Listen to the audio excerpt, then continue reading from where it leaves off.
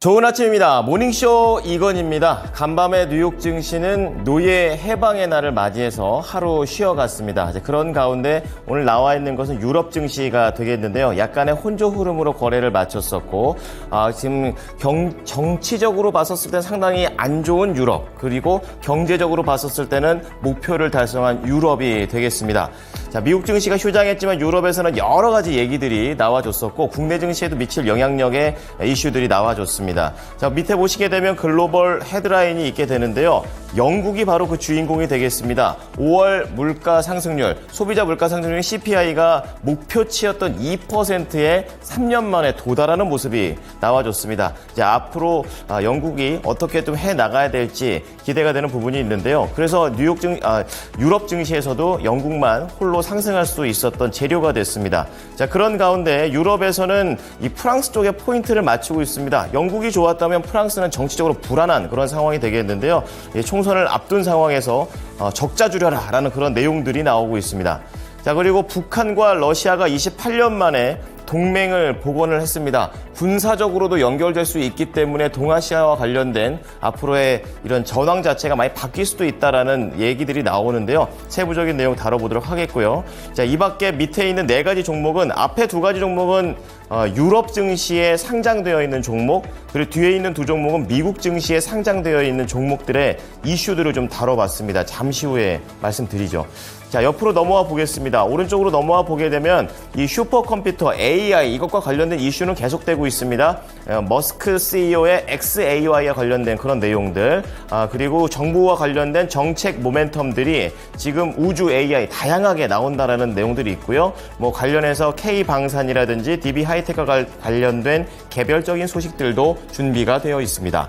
자, 마지막으로 증권사 리포트 세 종목 체크해 보겠습니다. 오늘은 목표가가 상향 조정된 종목이 두 종목이나 있습니다. 현대글로비스와 효성과 관련된 얘기들이 있고요. 여기에 DI와 관련된 이 반도체 쪽 종목도 한번 다뤄보도록 하겠습니다.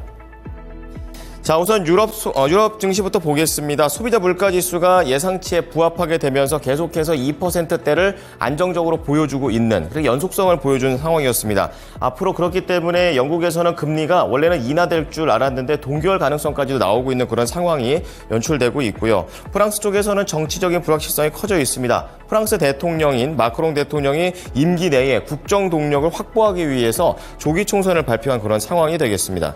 자, 첫 번째, 지금 화면 나가는 대로 좀 보실 텐데요. 영국의 5월 소비자 물가지수 상승률이 연 2.0%를 기록했습니다. 영국의 통계청이 현지 시간 19일 발표한 내용인데요.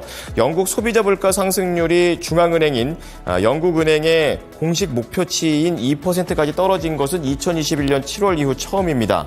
이 5월 소비자 물가지수 상승률은 전달 2.3%보다도 낮아진 것이고 시장 예상치에도 부합한 수준이 되겠는데요. 자, 이로 인해서 시장에서는 뱅크 오브 잉글랜드가 꾸준한 물가 둔화를 확인할 때까지는 기준금리를 16년 만에 최고 수준인 연 5.25%를 기존처럼 동결할 것이라는 전망이 우세해졌습니다. 앞서 로이터 통신이 조사한 시장 전문가 대부분들은 오는 8월 통화정책회의에서 기준금리를 0.25%포인트 내릴 것으로 전망했었는데 이 전망이 바뀌었습니다. 자, 두 번째 체크해 보겠습니다. 유럽에서는 정치적 불확실성을 갖고 있는 프랑스 쪽에 재정 적자를 줄이라고 얘기하고 있습니다. 지금 정치적 불확실성은 재정 적자를 늘리려고 하는 지금 프랑스의 움직임 때문에 좀 배치가 되는 그런 움직임인데요. 현지 시간으로 19일입니다. EU 집행위원회는 프랑스를 비롯해서 벨기에, 이탈리아, 헝가리와 같은 7개 회원국한테 초과 재정 적자 시정 절차 EDP라는 것으로 줄임말을 쓰고 있는데요. 이것과 관련된 개시를 이사회에 제안하겠다라고 밝혔습니다. 이 시정 절차는 재정 적자가 국내 총 생산의 3%, 공공부채가 GDP의 60%를 초과하는 회원국한테 재정 건전성을 강제로 높이는 절차가 되겠습니다. 이 절차 개시가 결정된 회원국은 4년 동안 부채와 적자를 줄일 수 있는 계획을 제출해야 되고 이행 상황에 따라서 GDP의 0.1%를 해마다 벌금으로 내야 될 수도 있습니다. 자, 이것과 관련해 현재 정치적인 불확실성이 커진 프랑스는 여론조사에서 현재 집권당인 르네상스당을 앞서는 극우 국민연합당과 좌파 4개 정당의 연합체인 신민중 중전선당에 모두 이러한 내용들을 얘기하고 있는데요. 모두 공공지출을 확대를 내걸었습니다. 그렇기 때문에 재정 건전성을 줄이라고 하고 있는 위에서 지출을 줄이라고 있는 이에 집행위원은 전혀 반대 주장을 현재 보이고 있어서 지금 불확실성은 더 커지고 있습니다. 자, 마지막 헤드라인입니다. 자, 우리나라하고도 연결되어 있는 북한이 되겠는데요. 28년 만에 러시아와 지금 동맹 복원을 선언했습니다. 북한과 러시아 관계의 성격을 근본적으로 바꾸는 그런 내용이 되겠고요. 동북아 안보 환경에도 큰 파장이 미칠 것으로 보이고 있습니다. 자, 이러한 북한과 러시아의 동맹은 한미 상호 방위 조약을 맺고 있는 한미 동맹처럼 북한과 러시아가 상대방 국가가 잘못됐었을 때 군사적으로 돕겠다라는 뜻이 되는데요. 특히 이번 조약을 통해서 양국은 유엔 안전보장이사회 제재 결의상 금지되어 있는 북한과 러시아 군사 협력에도 한층 더 박차를 가할 전망으로 읽히고 있습니다. 다만 북한 쪽에서는 적극적인 이런 내용들을 표명하고 있지만 러시아 측에서는 양국 관계를 동맹으로 직접 규정하지 않게 얘기를 하고 말을 좀 줄이게 되면서 미묘한 온도차를 보이고 있습니다. 그래서 실제 운용상의 모호함은 남겨뒀다라는 분석입니다. 자, 이어서 특징주도 좀 체크해 보겠습니다.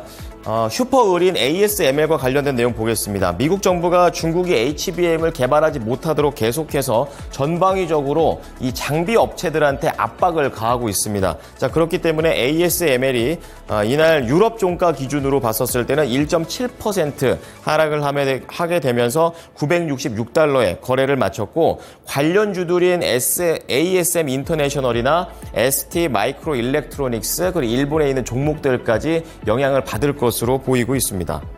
자, 두 번째는 유럽 증시에서 가장 급락을 한 종목입니다. 태양광 관련주인 SMA 솔라가 되겠는데요. 독일 증시에 상장이 되어 있고요. 이런 앞서 말씀드렸던 유럽발 정치적 불확실성이 전 산업 분야로 퍼져나가는 모습도 나오고 있습니다. 앞으로 이러한 불확실성 때문에 회사의 전망이 위태로워졌다라는 그런 내용이 나오게 되면서 급락을 했습니다. 그 다음에는 이제 온 세미컨덕터와 아마존이 되겠는데요. 이거는 시세를 본다기보다는 관련된 이슈들이 좀 나와서 말씀을 드립니다. 온 세미컨덕터는 또 반도체 쪽과 관련된 그런 내용인데, 체코의 반도체 공장에다가 최대 20억 달러를 투자한다라는 그런 내용이 나오고 있고요. EU가 핵심 공급품을 자급자족하기 위한 그런 목적이다라고 밝혔습니다. 그리고 아마존도 계속해서 AI와 관련된 이런 자기만의 힘을 키워나가고 있는 상황인데요. 독일에다가 15조 원 규모를 투자해서 클라우드를 지금보다 더 확장한다는 내용이고, 정규직도 더 늘린다는 내용이 나오게 되면서 이날 아마존에 대해서는 긍정적인 시장 분석들도 나와줬습니다.